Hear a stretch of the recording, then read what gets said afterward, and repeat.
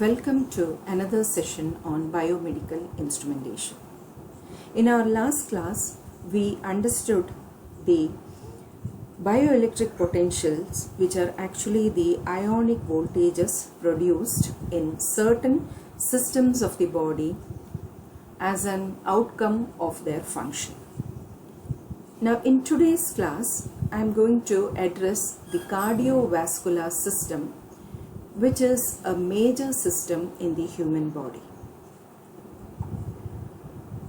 Now, the human body is an engineering marvel as addressed by one of the authors on biomedical instrumentation.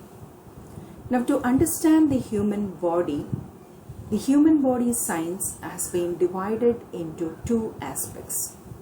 One is the anatomy, which actually explains the structure of the body, while the other is physiology, which actually explains the functioning of each and every system.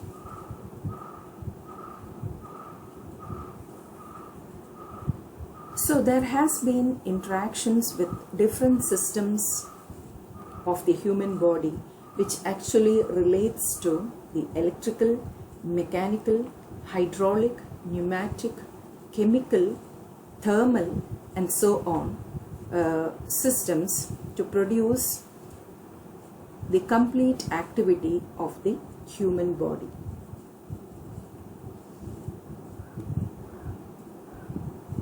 So the cardiovascular system, which we are going to explain in today's class, is actually performs the essential service of circulation of blood to every nook and corner of the human body. As it circulates blood, it carries oxygen and essential nutrients for the metabolic activity, and in return brings back carbon dioxide and other excretory products into the system for cleaning, and after cleaning it is recirculated back into the system. So this happens several times in a minute, so that the human body is supplied with enriched oxygen and nutrients every minute. Now, the cardiovascular system is actually having two stages. One which carries oxygen and nutrients to the different parts of the body, and the other which carries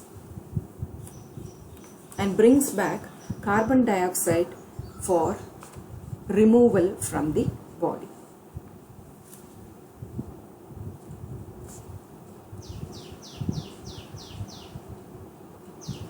So the circulatory system is actually made up of two types of circulations. One is called the systemic circulation, which is actually carried out by the left side of the heart, and the other is the pulmonary circulation carried out by the right side of the heart. So the systemic circulation is carried out by the arteries, and it goes into the capillaries and to different parts of the body, and in return, which comprises of the pulmonary circulation, is bringing back the blood for further cleaning through the veins. The circulatory path, which actually is on the right hand side of the heart, called the pulmonary circulation, is actually carried out as volume circulation with very less resistance for the blood flow, and the systemic circulation, which carries nutrients and oxygen to different parts through the arteries, actually is under heavy pressure gradient, and it is hence maintained by the pressure pump. So the whole circulatory system is carried out by two pumps, one maintained on the left side with heavy pressure called the pressure pump, and the other maintained by the right side of the heart, which is called as the volume pump. Now the major center of this cardiovascular system is the heart. The heart has four chambers, the two atria on the top and the two ventricles on the bottom. So the left side constitutes one atria and one ventricles, and the right side constitutes the second atria and the ventricle. The heart is surrounded by three layers. The outer layer is called as the pericardium. The middle layer is called as the myocardium, and the innermost smooth layer for the smooth movement of the blood is called as the endocardium. The four chambers of the heart are maintained by valves. Between the right atria and the right ventricle, we have the tricuspid valve. It contains three cusps or flaps, and hence the name tricuspid valve. Between the left atria and the left ventricles, we have the bicuspid valve, or the mitral valve as it is known, has two flaps or cusps. Between the left atria and the major artery, the aorta, there is the aortic valve, and between the right ventricle and the pulmonary artery, there is the pulmonary valve. The aortic valve and the pulmonary valve are also called as semilunar valves because they are in the shape of half moon. So these valves are check valves which allow the flow of blood in the forward direction and blocks the flow of blood in the reverse directions. So as I said earlier, the whole system, the whole circulatory system is working on two basic pumps. The pressure pump which circulates blood to different extremities of the body, and the volume pump which recirculates the carbon dioxide and other compounds back to the heart for cleansing through the lungs. Now, to understand the electrical activity of the heart, we have to introduce the functioning by the biopotentials which are actually created by the cells of the heart.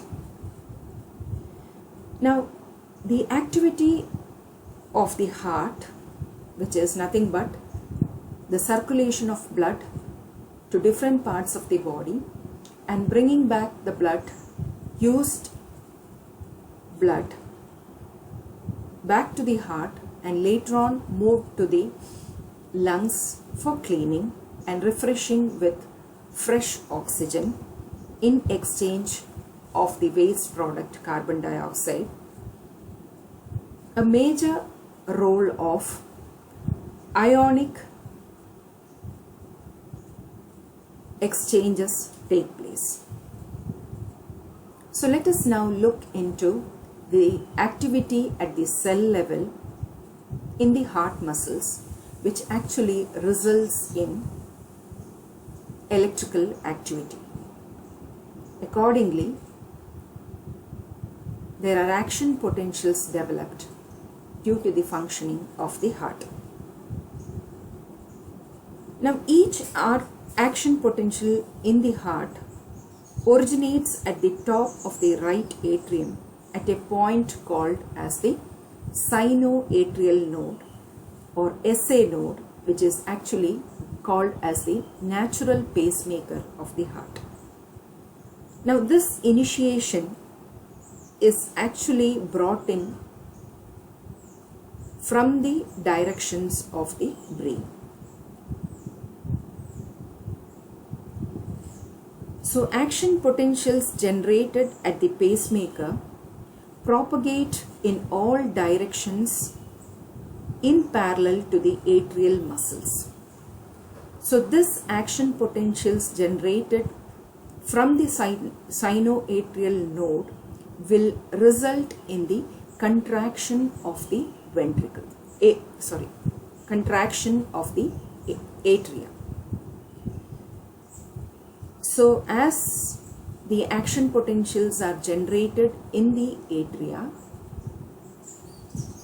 the blood from the atria opens into the ventricles. So this results in the depolarization of the atrial cells.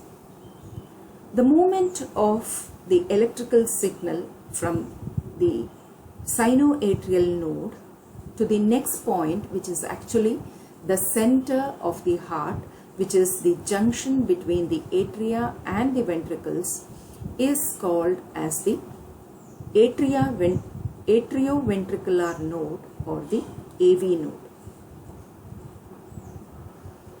At this point of AV node, there are some special fibers which act as the delay line to provide proper timing between the action of the atria and the ventricles.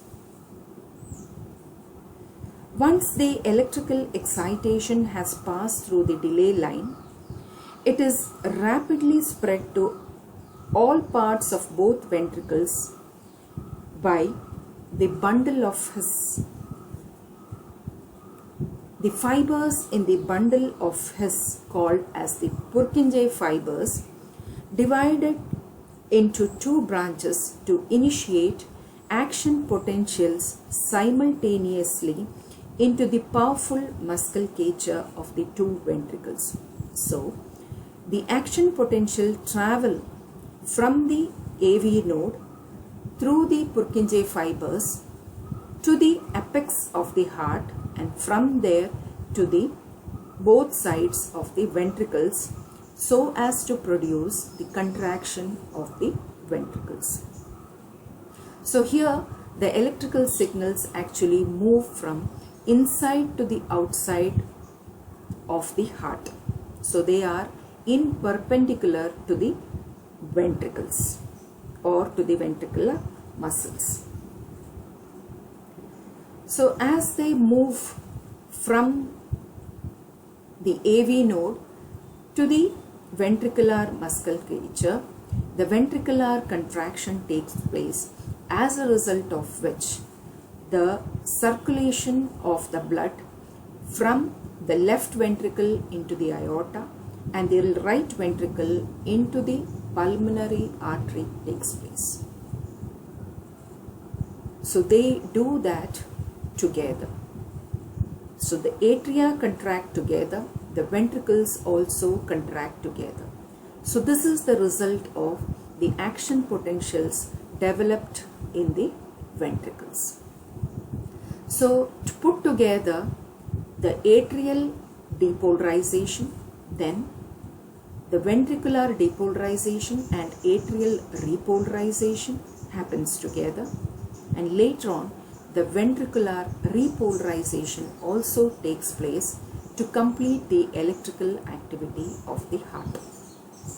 Let us look into the details of the internal structure once again. So, the electrical activity starts at the sinoatrial node, moves in parallel to the surface of the atria to the AV node. From there, it moves perpendicular to the ventricular cells and reaches the apex of the heart through the Purkinje fibers, and from there it is actually moved to the two directions of the ventricles, thereby contracting the ventricular structure. So this will pump the blood from the left ventricle through the aorta to the different parts of the body, and from the right ventricle into the pulmonary artery for cleaning of the blood in the lungs. The cleaned blood is brought back through the pulmonary veins into the left ventricle, while the impure blood is brought into the right ventricle through the superior and inferior vena cavas. So here's the picture of the atrial and ventricular activities which generate action potentials. So in the beginning, the sinoatrial node starts with the action potential, which is moved through to the AV node. So we find that the atria gets depolarized, and after that the action potential moves from the AV node to the ventricular musculature, where the depolarization of the ventricles take place. At the same time, the repolarization of the atria take place, and in the next phase you find that the ventricles are completely depolarized while the atria are completely repolarized.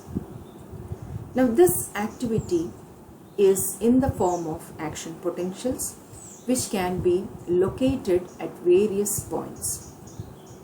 So the action potentials start at the sinus node. So the waveform can be tracked as this. Then it moves through the atrial muscles, then to the AV node, and then through the common bundle, branches through the bundle into the Purkinje fibers to the ventricular muscles. Now the end result of all these signals can be put into, so the total activity of the human heart can be put as a waveform representation, which are designated with the help of alphabets. These alphabets are identified as related to events as a result of the action potentials as they progress. So they are represented as the electrocardiogram waves, or in short called as either ECG or EKG. To facilitate the analysis, the horizontal segment of this waveform preceding the first wave, called the P wave, is designated as the baseline or the isopotential line. So the first horizontal line is designated as the isopotential line. The P wave represents the depolarization of the atrial musculature. Next comes the QRS, called as the complex. QRX complex is the combined result of the repolarization of the atria and the depolarization of the ventricles, which almost occur simultaneously.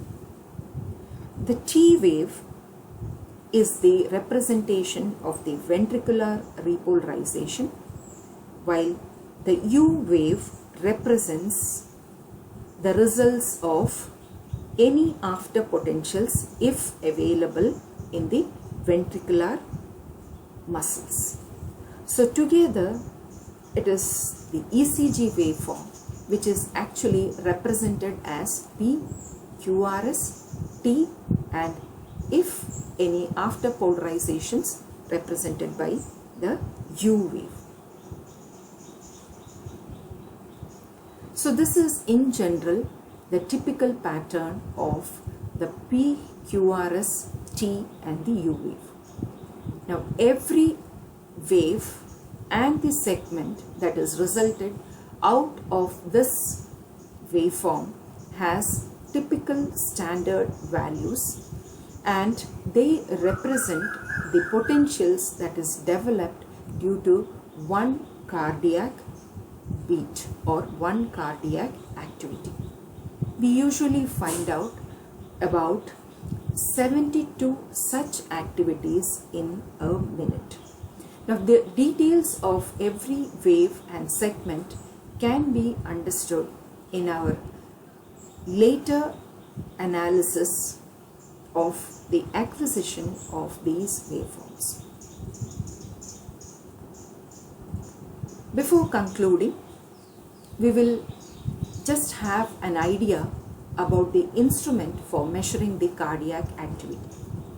So the resulting waveform that is developed out of the cardiac activity is called as the electrocardiogram, and the instrument that is used for the measurement of the cardio activity is called as the electrocardiograph.